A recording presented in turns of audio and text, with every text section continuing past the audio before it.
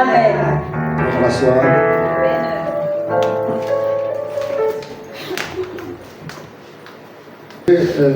Rappelez que dimanche, nous aurons un culte spécial dont le thème est quel esprit te contrôle encore à ce jour. Ça va être pour dimanche.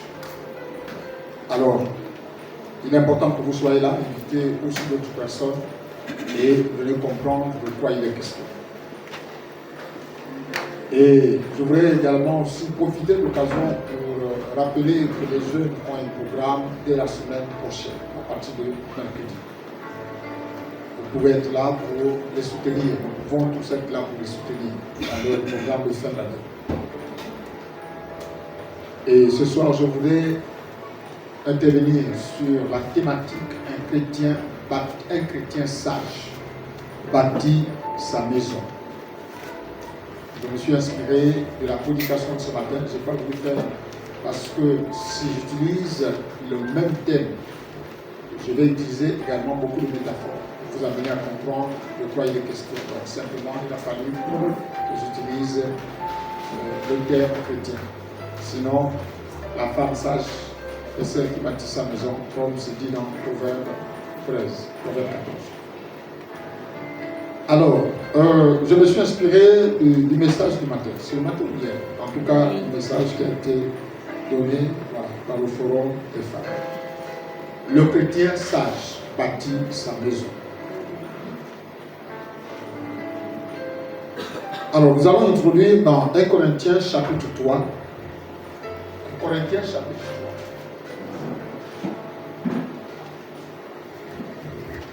Un chrétien sage, c'est celui qui bâtit sa maison.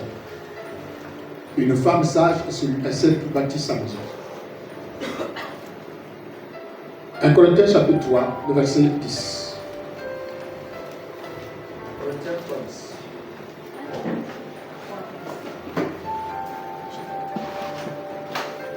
1 Corinthiens 3, 10, il est dit, selon la grâce de Dieu qui m'a été donnée, j'ai posé le fondement comme un sage architecte et un autre bâtit dessus.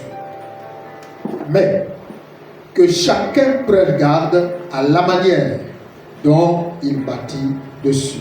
Est-ce qu'on peut dire amen? Alors, ici, c'est Paul qui parle. Il s'adresse à l'église de Corinthe et qui dit l'existence de cette église, l'existence de vos vies est due au fait que j'ai posé un fondement. J'ai posé des fondements. Et il dit comme un sage architecte, ça veut dire qu'il a pris du temps. Il a pris du temps pour bâtir les vies. Il a pris du temps pour les fondations qu'il a posées. Il dit, et un autre bâtit dessus. Mais que chacun prenne garde à la manière dont il bâtit dessus. Pourquoi il dit?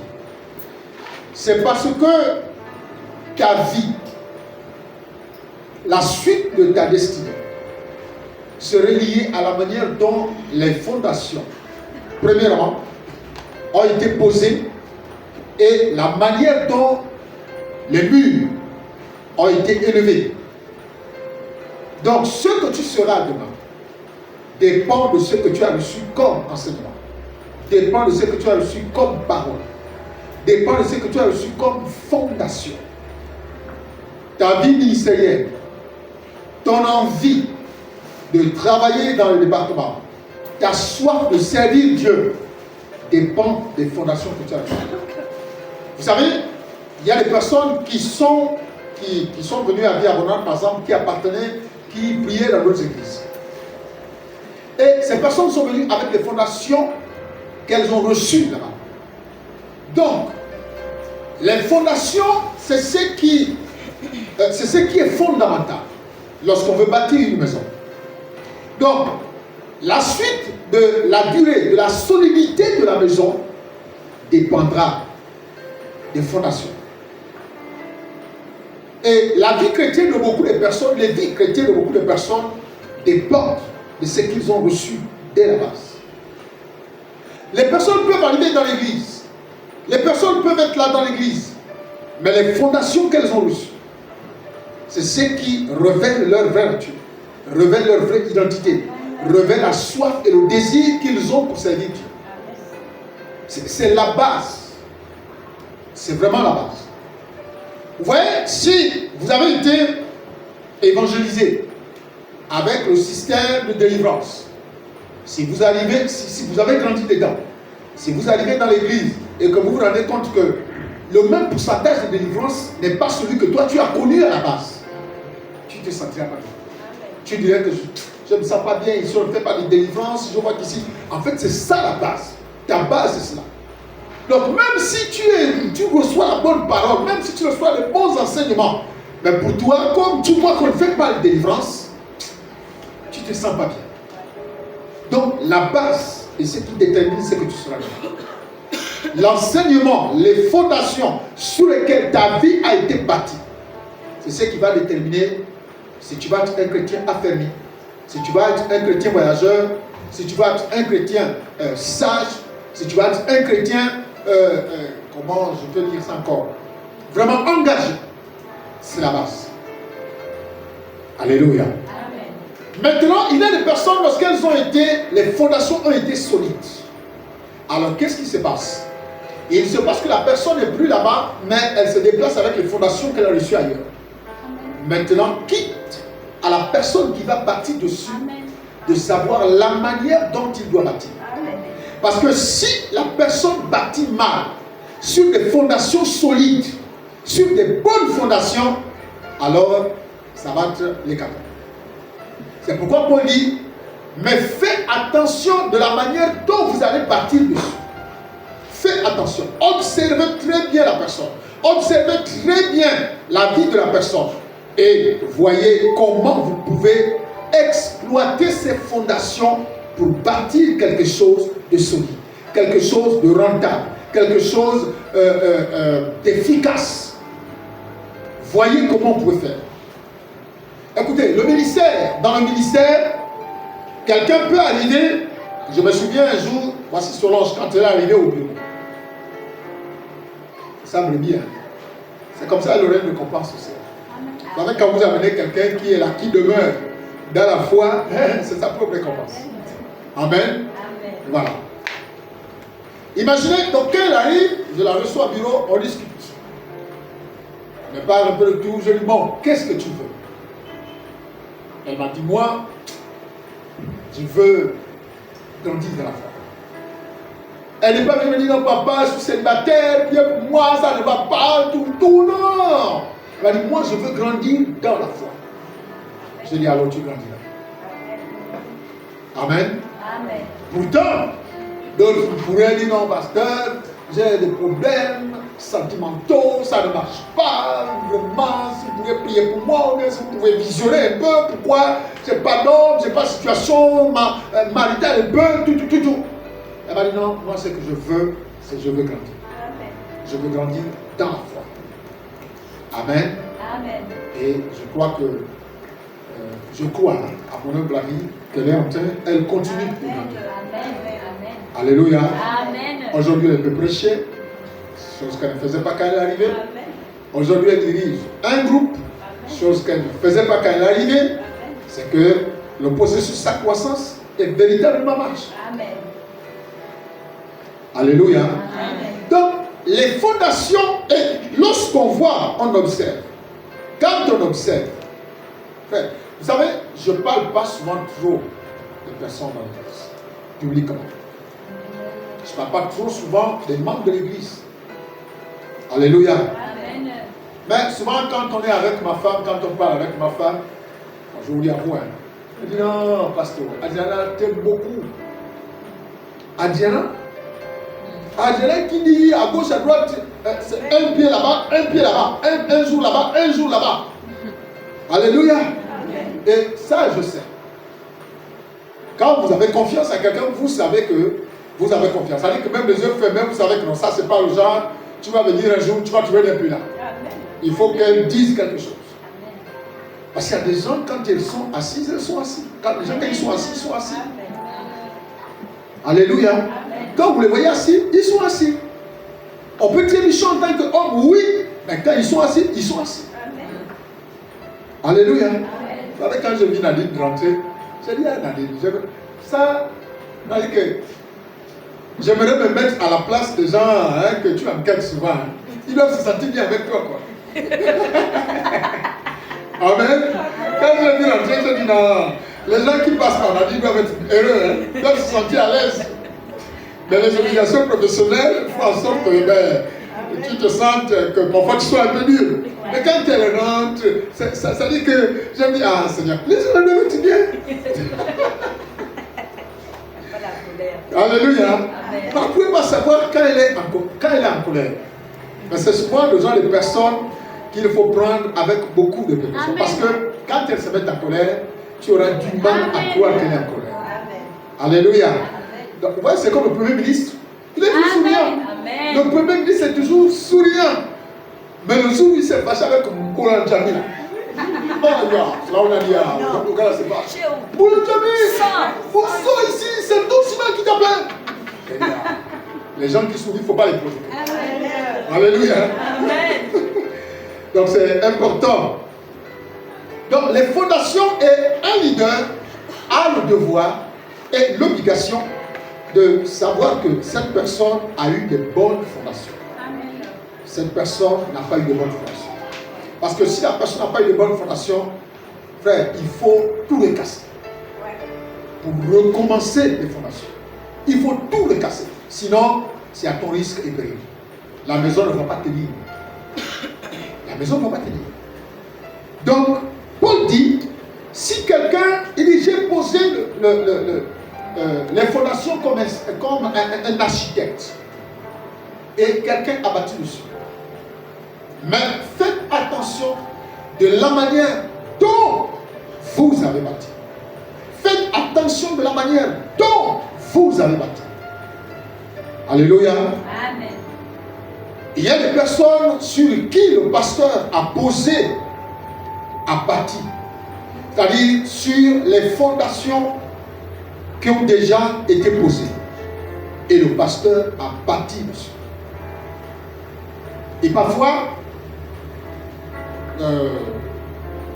quand je vois la manière dont certains se comportent, je me dis, même si ces personnes n'ont pas cette reconnaissance, je me dis, j'ai bâti au moins quelque chose de ça.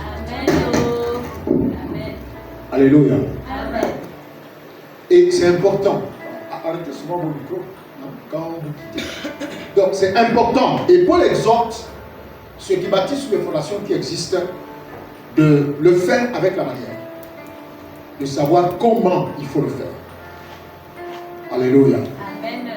Donc c'est important de comprendre ces choses-là. Prends garde à la manière dont tu bâtis sur les fondations qui existent. Vous voyez les vies des personnes. Les vies chrétiennes des personnes un peu instables. Instables. Bien aimé, c'est la base. Les vies des chrétiens qui sont instables. Aujourd'hui, un peu, vous voyez le système de Dieu le torche. Il rentre, il sort. Il rentre, il sort. Il vient, il ne vient pas. Il vient, tout dépend de celui qui a posé les fondations. Les fondations qui ont été posées dans la vie de la personne. Si elles n'ont pas été des fondations solides, efficaces, si les fondations n'ont pas été bien faites, alors la vie de la personne va devenir instable. Automatiquement, la vie chrétienne va être une vie chrétienne instable.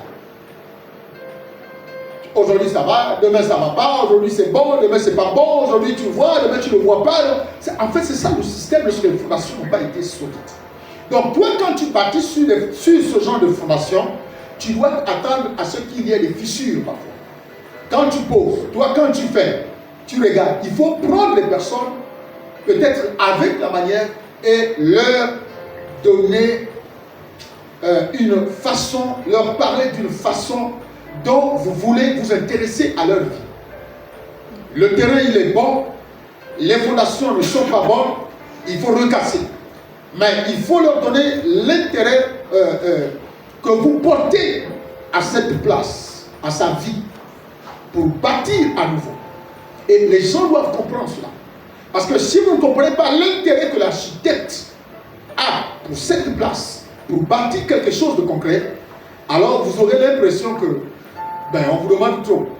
On vous demande, vous n'êtes pas là, vous ne comprenez pas. Parce qu'un architecte doit bâtir. Et pour bâtir, il doit avoir avec lui tous les plans possibles.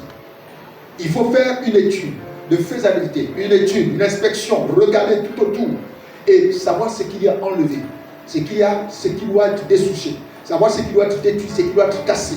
Et c'est ainsi dans la vie chrétienne.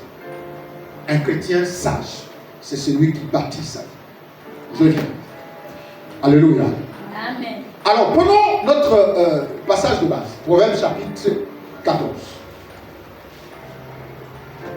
Proverbe chapitre 14, le verset 1. Nous allons lire juste le verset 1. La Bible dit, la femme sage bâtit sa maison. Et la femme insensée la renverse de ses propres mains. Et j'ai tout simplement enlevé femme pour mettre le chrétien sage. Bâtit sa maison.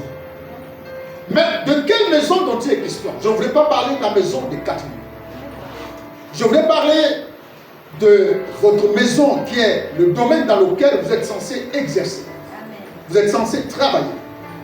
Donc un chrétien sage, une femme sage est une femme prudente, une femme modérée dans sa conduite. Et un chrétien sage, c'est la même chose. C'est quelqu'un de prudent, quelqu'un de modéré dans sa conduite, quelqu'un d'avisé. Et qui bâtit quoi? Sa maison. C'est quoi la maison que le chrétien est censé bâtir? Sa relation avec Dieu, sa vie de prière, sa vie de méditation, son assiduité à l'église, sa dimension, sa vie de consécration. Voilà la maison que le chrétien sage bâtit. Le chrétien prudent bâtit. Donc tu es obligé de bâtir cela. Nous sortons d'un programme. Bien-aimé, qu'est-ce que nous avons bâti? Nous sortons d'un programme où nous avons déclaré tellement de choses de manière prophétique. C'est comme si nous étions en train de bâtir. Amen. Bâtir quoi? Nos propres maisons. Amen. Bâtir une nouvelle dimension de la relation avec Dieu. Bâtir une nouvelle dimension de consécration. Bâtir une nouvelle fidélité, une nouvelle assiduité au niveau de l'église. Ouais, quand je lis par exemple 16h45, mais toute la période, si vous avez remarqué, toute la période de jeûne, quand on a dit, c'était quel? De 17h à 18h30. Mais 17h pile, on était déjà ce nombre-là. 17h30, les gens venaient déjà. Pourquoi? Ils se sont habitués. Vous savez qu'ils se sont habitués. Et quand j'ai vu la situation, je me suis dit non, c'est possible. C'est possible qu'on fasse un culte de 17h à 19h, on a fini. Parce que pendant 7 jours, on était là à l'heure, régulier. Et on terminait à l'heure. Mais pourquoi alors, maintenant qu'on revient à nos programmes, les gens viennent à 19h, les gens viennent à 18h45. Alors que pendant la période des jeûnes, on était à l'heure. Qu'est-ce que vous pouvez bâtir? Vous ne pouvez pas avoir bâti quelque chose et la détruire vous-même. Nous étions ici tous les jours, à partir de 17h. Nous avons prié, nous avons bâti quelque chose de solide. Mais avec vos propres mains, vous retournez à l'église habituelle. Vous détruisez encore ce que vous-même vous avez bâti. Le chrétien, ça, c'est celui qui est prudent. C'est celui qui est modéré dans sa conduite. Qui bâtit quoi? Sa vie de prière. Avant, tu ne priais pas 4 heures. Si maintenant tu t'es levé, tu commences à te lever à 4 heures, ça veut dire que tu es en train de bâtir. Ne détruis plus cela par le sommeil. Ne détruis plus cela par en restant éveillé toute la nuit, en suivant des séries sur séries. Après, quand 4 heures va arriver, tu ne pourras plus te lever. Quand on bâtit, on ne doit pas être nous-mêmes les destructeurs. Ce n'est pas possible. Alléluia. Donc la Bible dit, le chrétien sage, la femme sage, bâtit sa maison. Mais l'insensé, c'est celui qui est déréglé dans sa conduite. C'est celui qui n'a aucune conscience, qui n'a aucun souci. Fait quoi? Détruire. C'est que lui-même, il bâtit. Voilà quelqu'un qui avait l'habitude de se lever à 4 heures du matin pour prier. Mais lui-même, il fait quoi? Il veille toute la nuit. Voyez comment il peut détruire ça de lui-même. Il veille toute la nuit. Et puis, à 4 heures, même quand l'horloge sonne, il n'a plus la force de se lever. Qui est à l'origine? C'est toi-même qui est à l'origine de ça. Or, si tu veux commencer à prier tôt, sauf quand c'est déjà dans la tête, quand c'est déjà dans l'esprit, quand tu as habitué, tu peux rester éveillé même jusqu'à 1 heure. Ceux qui ont le sommeil à demi, à 4 heures, tu es déjà réveillé. Mais il y en a, quand il veille jusqu'à 1 heure, 4 heures là, il est même encore dans la lourdeur du sommeil. Il ne peut pas. Il y en a qui ont même commencé la prière à 4 heures dans le forum.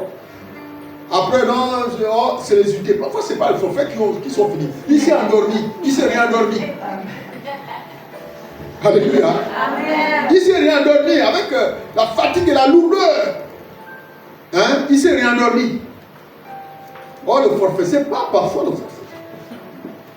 Oh, excusez-moi, le forfait est très bien. Ce n'est pas le forfait, la personne qui est fatiguée. Alléluia. Donc, ne détruisons pas ce que nous-mêmes nous bâtissons. Tu as bâti aujourd'hui une nouvelle dynamique dans la prière. Préserve-la. Garde-la. Garde-la jusqu'à ce que les gens viennent dans ta maison et observent que oui, ici il fait bon vivre. Garde-la jusqu'à ce que les gens te remarquent, te constatent, t'observent et disent oui, quelque chose a changé dans ta vie. Mais on sort des programmes comme celui-là d'une semaine où on était à l'église tous les jours prier. Une semaine, non, 3 jours plus tard, non, 3 jours. Lundi, mardi, mercredi. 3 jours plus tard, on a recommencé encore comme... voilà. On ne veut pas venir à l'église. On a recommencé à ne plus se lever dans la prière.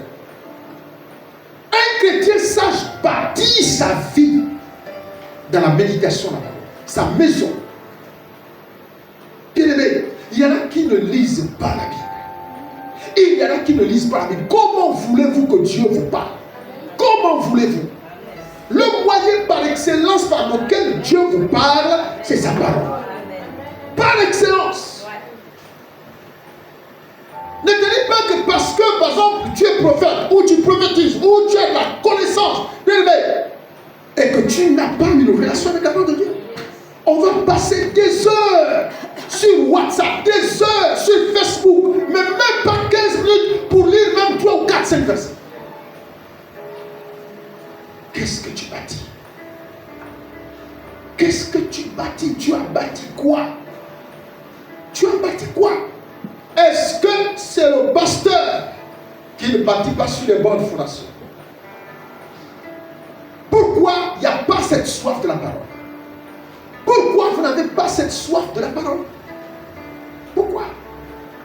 Méditez. Plus vous méditez, plus l'Esprit de Dieu vous ouvre l'esprit. Plus vous êtes dans la méditation, plus l'Esprit de Dieu vous ouvre l'esprit. Parce qu'il voit que tu as les prédispositions de comprendre, de connaître, d'apprendre de lui. Et il t'ouvre l'esprit. Mais toi, tu ne médites pas la parole de Dieu. Et tu veux prêcher sur le même message, matin, midi, soir, aucune révélation, aucune inspiration, rien. Pourquoi? C'est monotone. Quand tu manges tous les jours la même nourriture, tu es fatigué. Amen. Amen. Frère, je voudrais bénir Dieu. Et ce n'est pas la personne, lorsque nous étions à Nadim, que un homme de Dieu te dise, cet homme-là a la révélation. Je l'ai écouté, il a dit des choses, je n'avais jamais vu ça comme ça. Et chaque fois que je prêche, quand j'utilise cela, la source c'est lui, je l'ai appris de lui. Elle est importante. Et pour comprendre ça, tu dois te connecter à la parole. Tu dois avoir du temps. Tu dois bâtir les murs de la parole. Vous savez, une maison a beaucoup de pièces. Il y a beaucoup de pièces dans la maison. Et quand tu bâtis ta vie spirituelle, toutes ces pièces-là, c'est ça. La parole, la prière, la consécration. Donc tu dois bâtir chaque pièce dans laquelle chacun est susceptible de trouver du repos. Et toi, tu ne veux pas.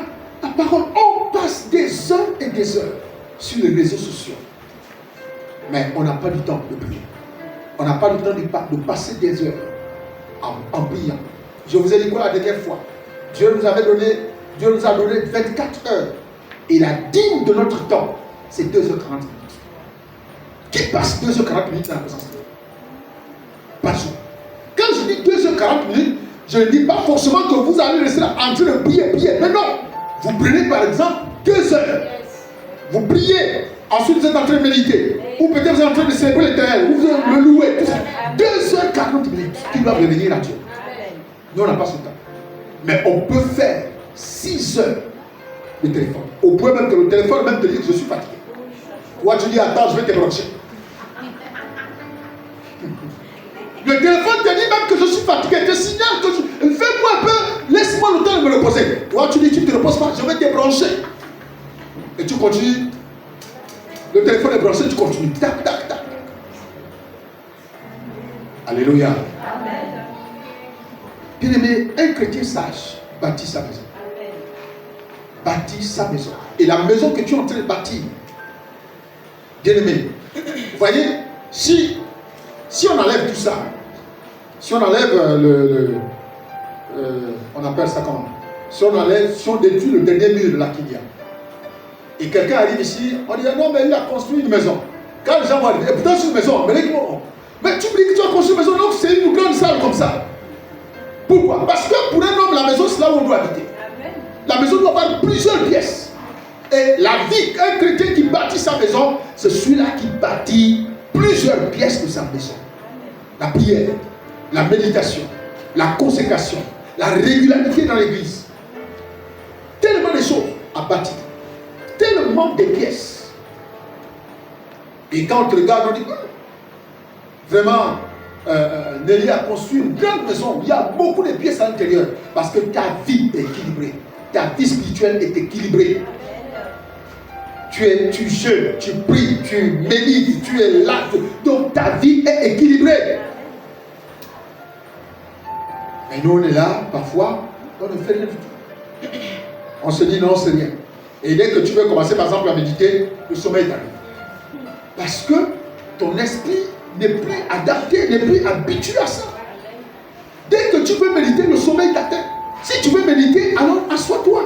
Si tu as sommeil, quand tu te lèves, bâtis ta vie. Quand tu te lèves le matin à 4 heures pour la prière, si tu vois que tu as sommeil, lève-toi, va laver tes yeux. Ça te permettra de tenir. Alléluia.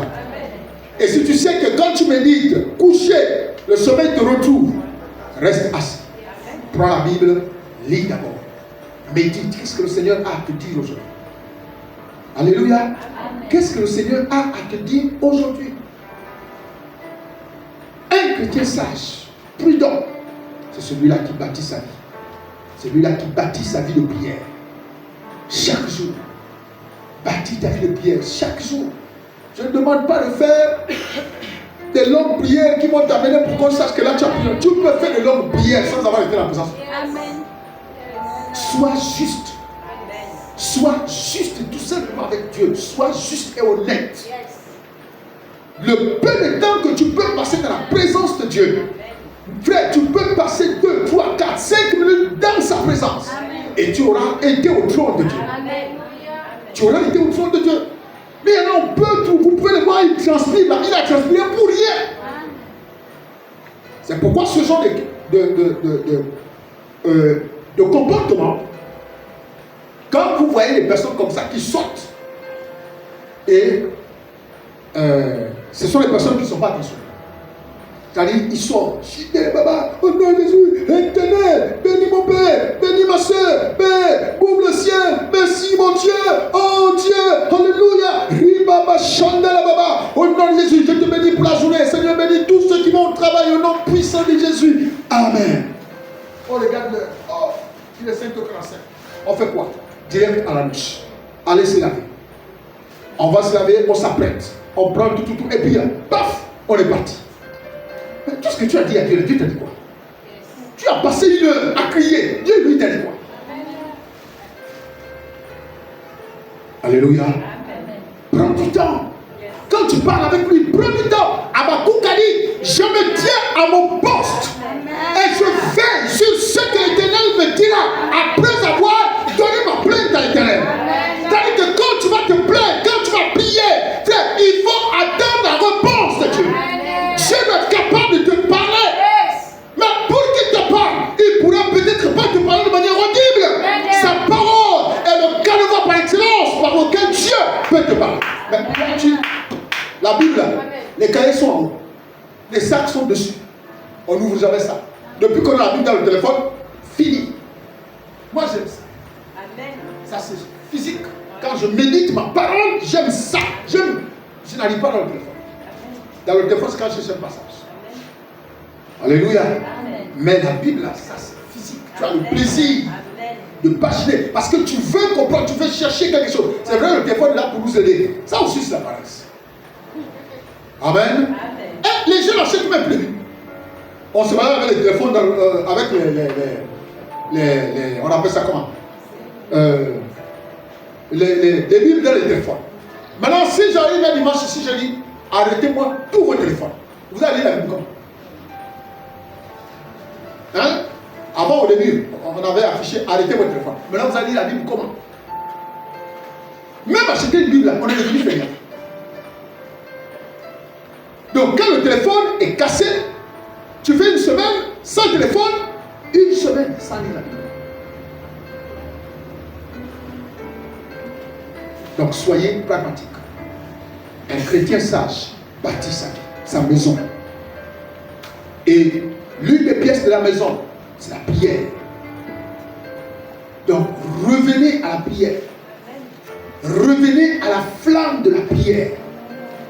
Remettez-vous dans la dimension de la prière. Dans une relation personnelle avec Dieu. Rebâtis cette pièce-là. Hein? La pièce qui commence à devenir défectueuse. Remplace les choses qui doivent être remplacées. Si ce sont les murs, recasse les murs. Si ce sont les planches, enlève les planches et remplace quelque chose de neuf. Pour que ta vie de prière, cette pièce de prière, soit à nouveau solidifiée.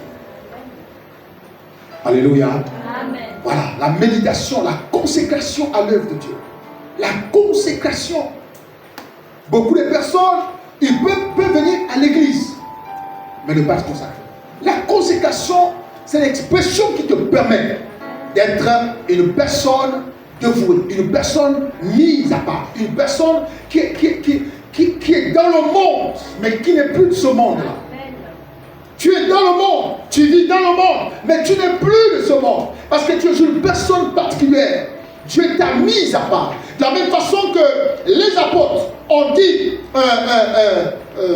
non, le Saint-Esprit a dit aux apôtres, mettez-moi à part Saul et Barnabas pour l'œuvre à laquelle je les ai appelés. Bien-aimé, quand tu es consacré à Dieu, il y a la consécration temporaire et la consécration permanente. La consécration temporaire, c'est quand tu viens, aujourd'hui, après, on ne te voit plus. La consécration permanente, tu es là, quel que soit le vent, quels que soient les vagues, quels que soient les flots qui s'abattent sur ta vie. Tu es permanent. La consécration permanente. La temporaire, les gens ne durent jamais. Les gens ne sont jamais sérieux dans l'église. Les gens sont toujours en train de bouger à gauche et à droite. Parce que la personne n'est pas consacrée de manière permanente. On a besoin de cette consécration permanente, pas temporaire. Aujourd'hui, tu vois, la personne engagée, beaucoup m'appellent. C'est comment je te vois bien entre les problèmes. Non, je reviendrai. Non, celui-là, je ne vous ai pas abandonné. Voilà le genre de consécration. Là, c'est consécration temporaire. Non, je ne vous ai pas abandonné. Je pense à vous. La dernière fois même, j'ai discuté avec telle personne. La dernière fois, il m'a envoyé le message du pasteur. Donc, ça, c'est la consécration temporaire. La consécration permanente. Quoi qu'il arrive, la personne ne lâche pas l'œuvre de Dieu. Amen. Amen. Regardez.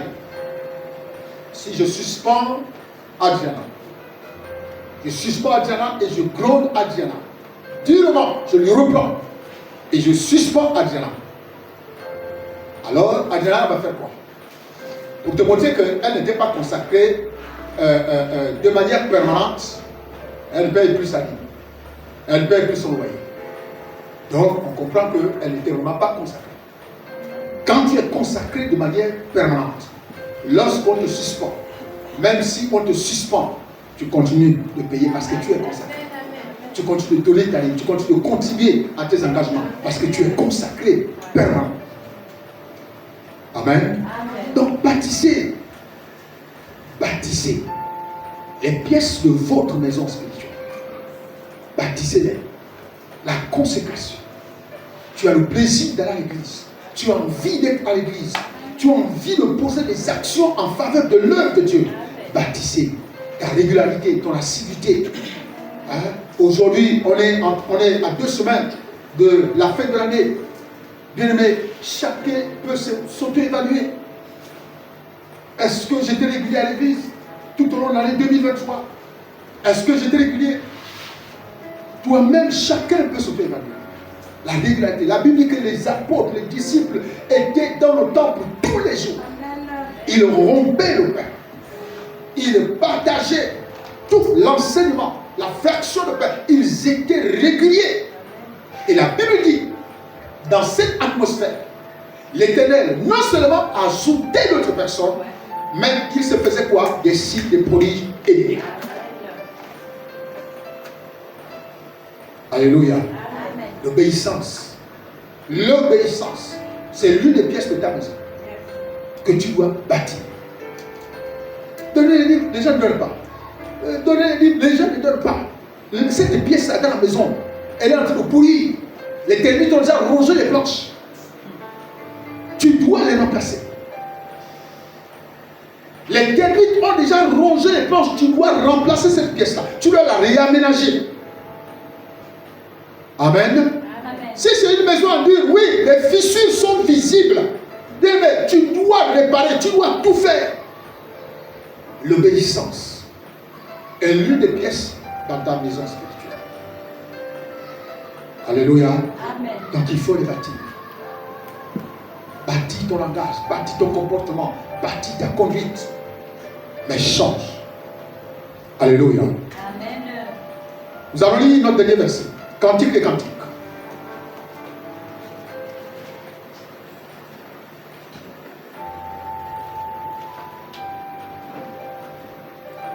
Cantique des cantiques, si quelqu'un est déjà à la page. Cantique des cantiques, chapitre 3.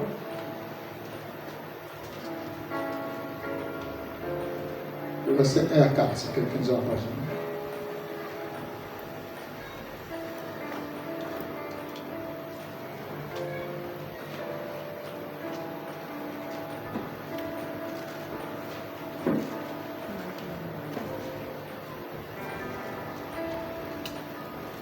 Quand tu veux.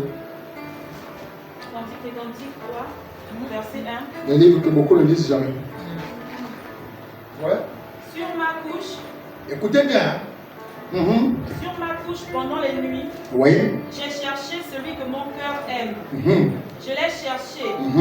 Et je ne l'ai point trouvé. Je me lèverai et je ferai le tour de la ville.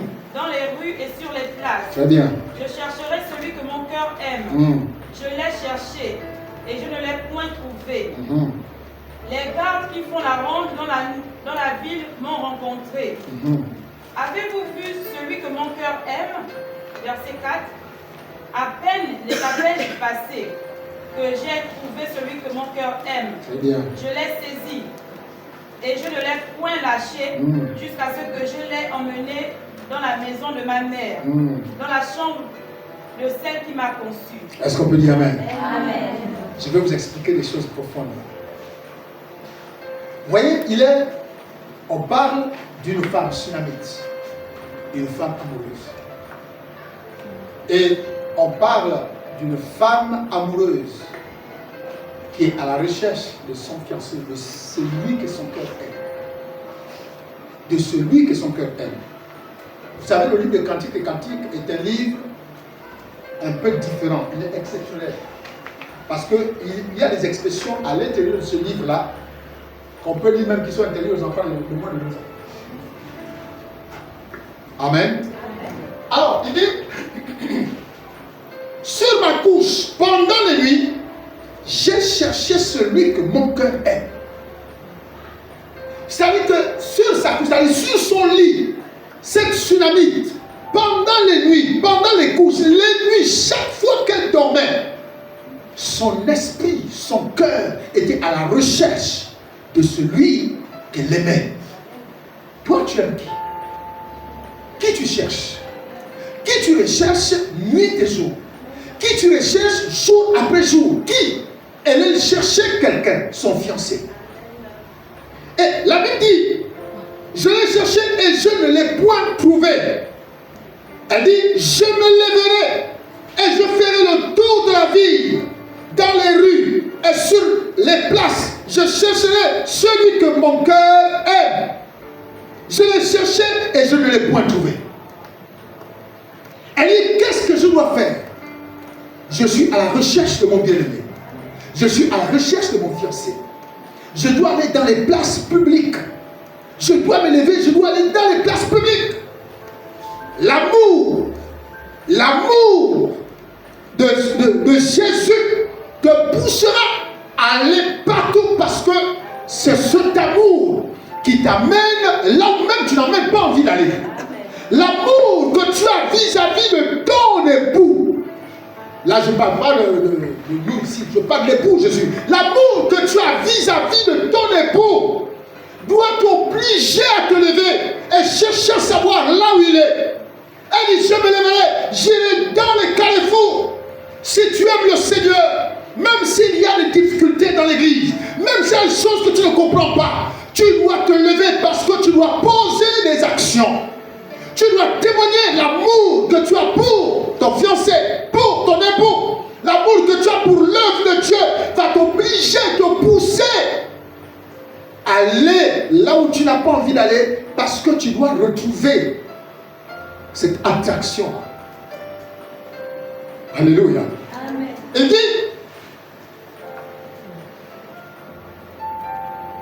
Et dit, je cherchais. Ouais, c'est comme quelqu'un qui est en train de se battre pour retrouver la dimension de la prière.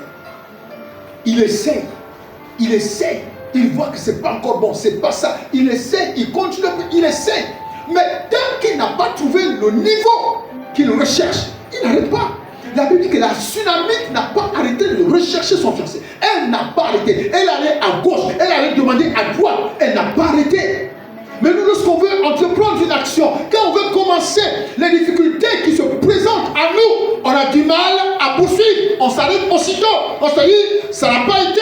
On se dit, je n'ai rien compris. On se dit, je n'ai pas retrouvé ce que je recherchais. Elle n'a pas arrêté. Elle a réuni tous les moyens. Elle a utilisé toutes les stratégies.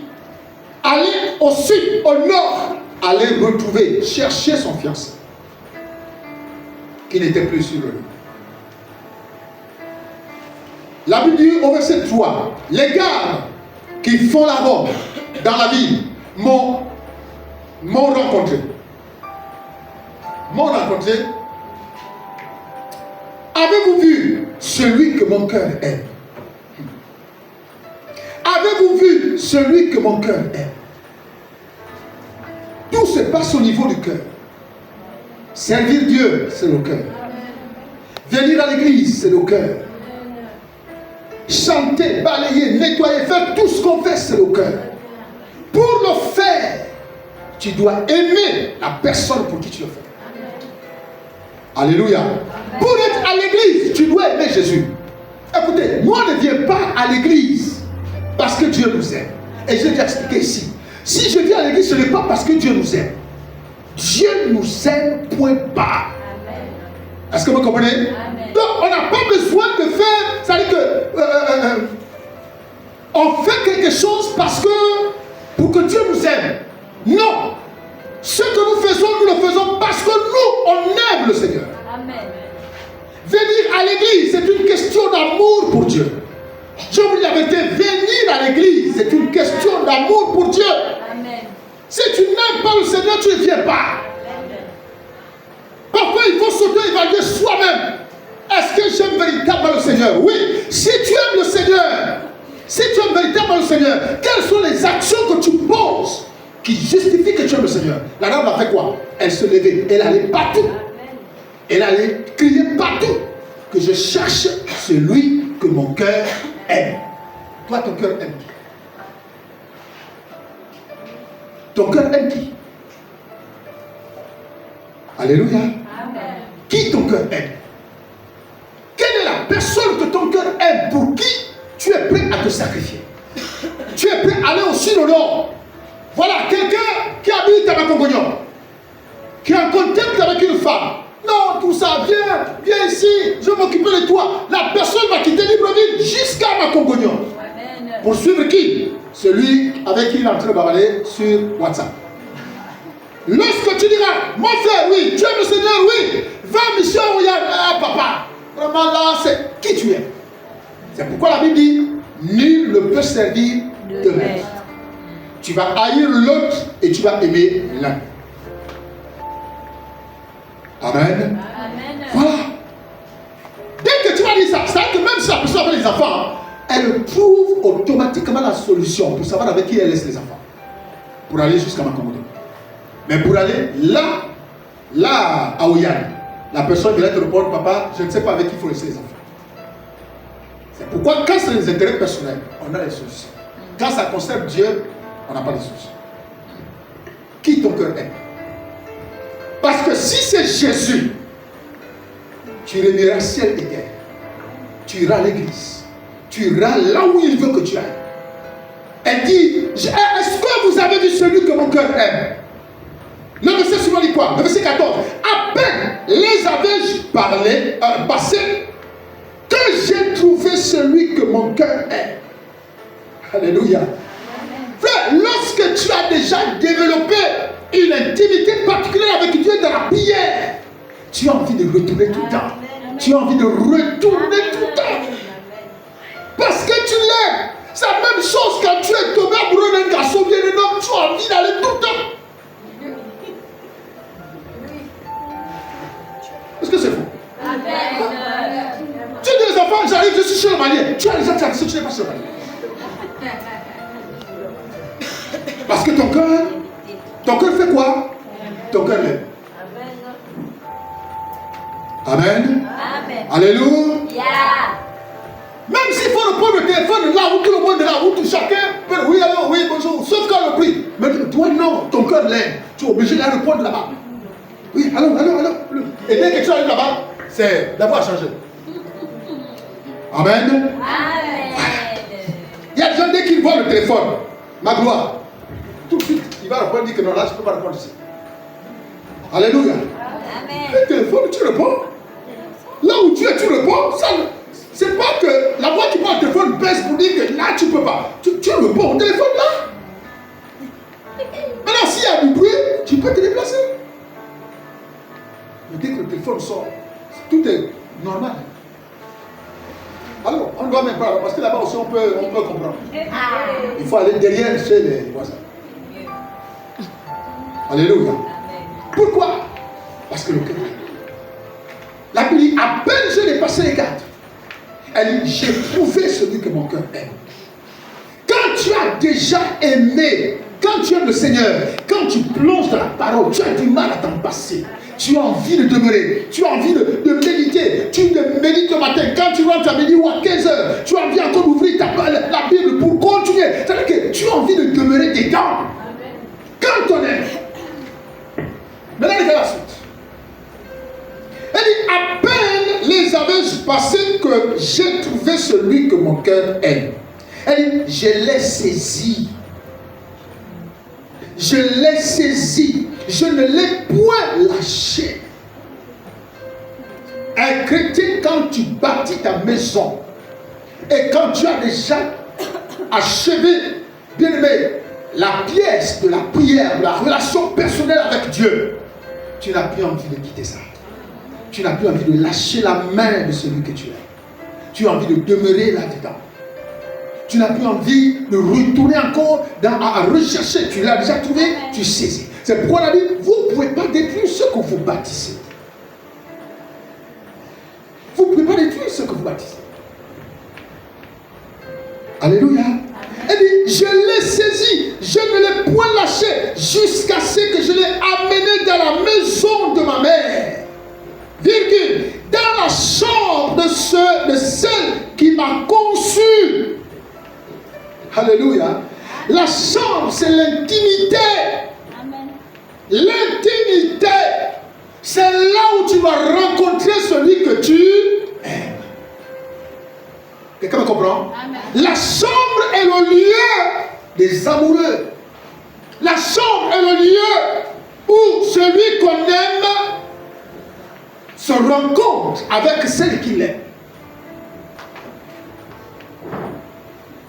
C'est pourquoi, quand les apôtres sont venus voir Jésus, ensuite il a dit, quand tu pries, rentre dans ta chambre et ferme la porte. La chambre, c'est le domaine du secret, le domaine de l'intimité. Et là-bas, dans cette chambre, ceux qui sont censés se retrouver dans la chambre de l'intimité, ce sont les amoureux. Et quand toi, tu as déjà découvert ton amoureux qui est Jésus-Christ, tu as envie de rester avec lui dans cette chambre d'intimité et de relation personnelle. Amen. Alléluia. Amen. Tu n'as plus envie de lâcher sa main. Tu veux rester là-dedans. Tu veux rester avec lui à l'intérieur. De l'intimité. Quand tu sors, quand il s'en va, tu as comme l'impression que est-ce qu'il va rentrer, est-ce qu'il va pas rentrer? Quand on aime le Seigneur, on s'enferme avec lui.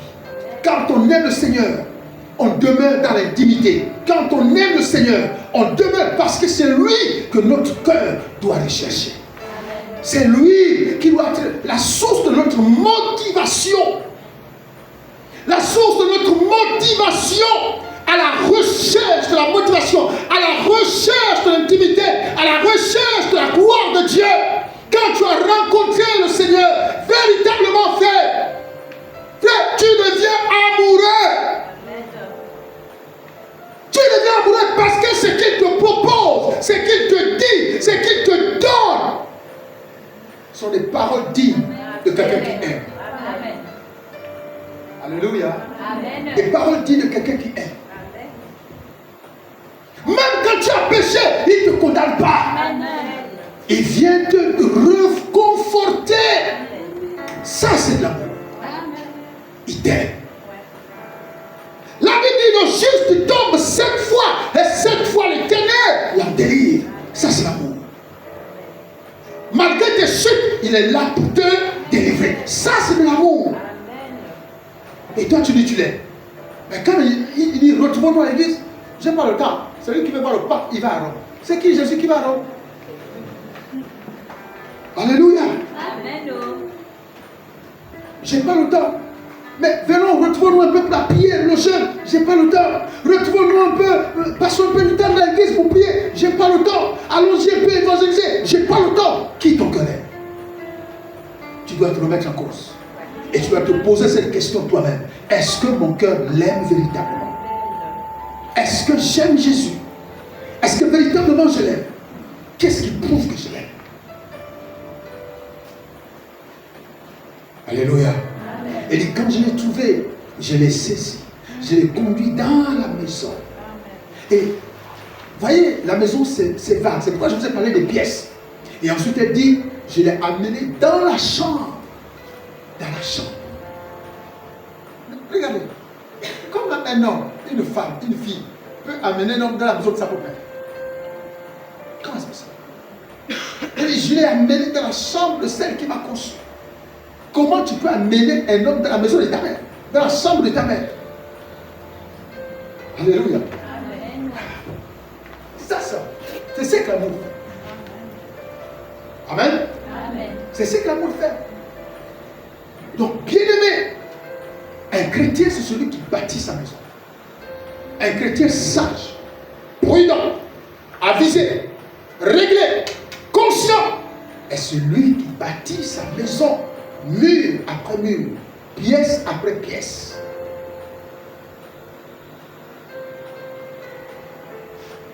Alléluia.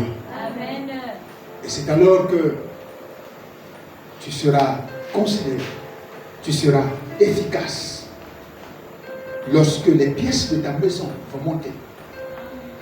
Lorsque les pièces de ta maison vont atteindre le niveau de finition, là, tu seras quelqu'un de bien solide et efficace. Mais chacun doit réfléchir. Qui ton cœur aime?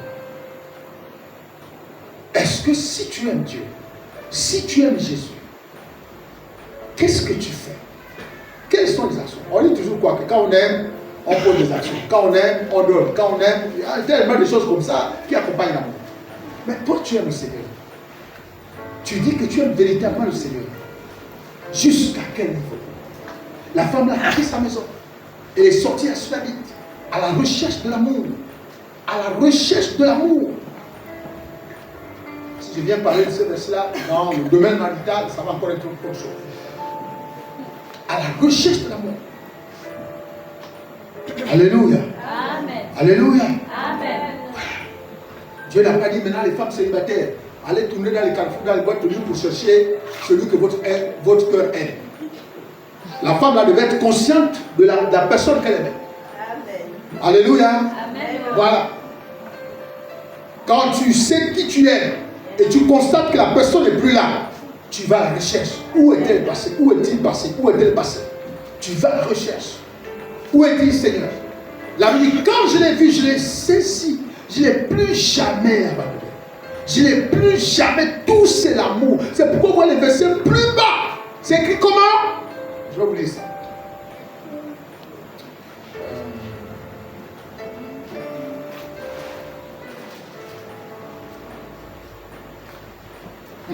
Le verset 5. Je vous en conjure. Il fait la prière. Je vous en conjure, filles de Jérusalem, par les gazelles et par les biches des champs, ne réveillez pas l'amour avant qu'elle ne veuille. Ah! Quand je cherche à comprendre, ça veut dire que l'amour doit le vouloir. Ouais. L'amour est un esprit. Amen. Quelqu'un va comprendre? Amen. Ne réveillez pas l'amour. Il dit, je vous en conjure, filles de qui? Filles de Jérusalem, filles de vie abondante, ne réveillez pas l'amour. On ne va pas provoquer quelqu'un et puis vous susciter l'amour dans la vie de la personne. Après vous dites qu'il n'y a plus d'amour. Attention. Amen. Amen. Amen. C'est pourquoi je dis, si je parle ça autrement là, c'est autre chose qui va sortir. C'est écrit dans la Bible, c'est pas moi qui ai marre. Moi je vous donne les révélations. Amen. Ne réveillez pas l'amour sans qu'elle le veuille. Ah, ça veut dire que l'amour aussi doit être, comment on appelle ça? L'amour doit participer à l'amour collectif. L'amour doit le vouloir. C'est-à-dire que si je dis j'aime divine, c'est-à-dire que l'amour, comment on appelle ça? Un amour, lui-même doit le vouloir. Il ne réveillait pas, c'est-à-dire l'amour est en train de dormir et toi tu peux réveiller l'amour. Si l'amour ne veut pas, sans le vouloir. Si l'amour ne veut pas et toi tu vas créer quelque chose, il faut réparer ça quoi. Amen. Sans qu'elle le veuille.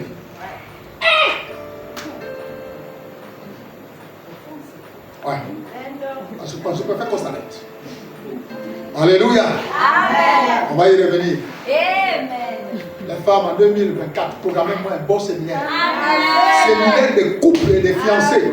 Couples, fiancés, et ceux qui vivent avec un copain, qui ont un copain. Même si le copain ne vit pas avec toi, mais tu as un copain, tu as une copine. Tout le monde est copine. Amen. De nos jours, là, il n'y a plus une fille qui n'a pas un copain. Il n'y a pas une garçon qui n'a pas une copine. Hein?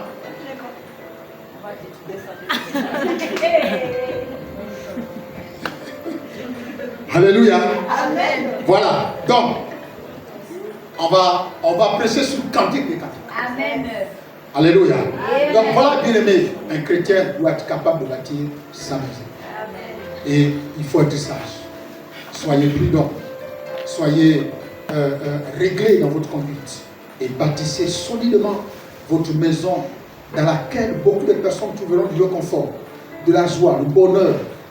Ça veut dire que quand ils vous fréquentent même dans votre langage, quand les personnes vous fréquentent, ce que vous leur dites, vous leur procurez la vie. Les personnes se sentent bien quand elles vous écoutent. Voilà, ça veut dire que vous avez solidement bâti votre maison. Amen. Mets-toi debout.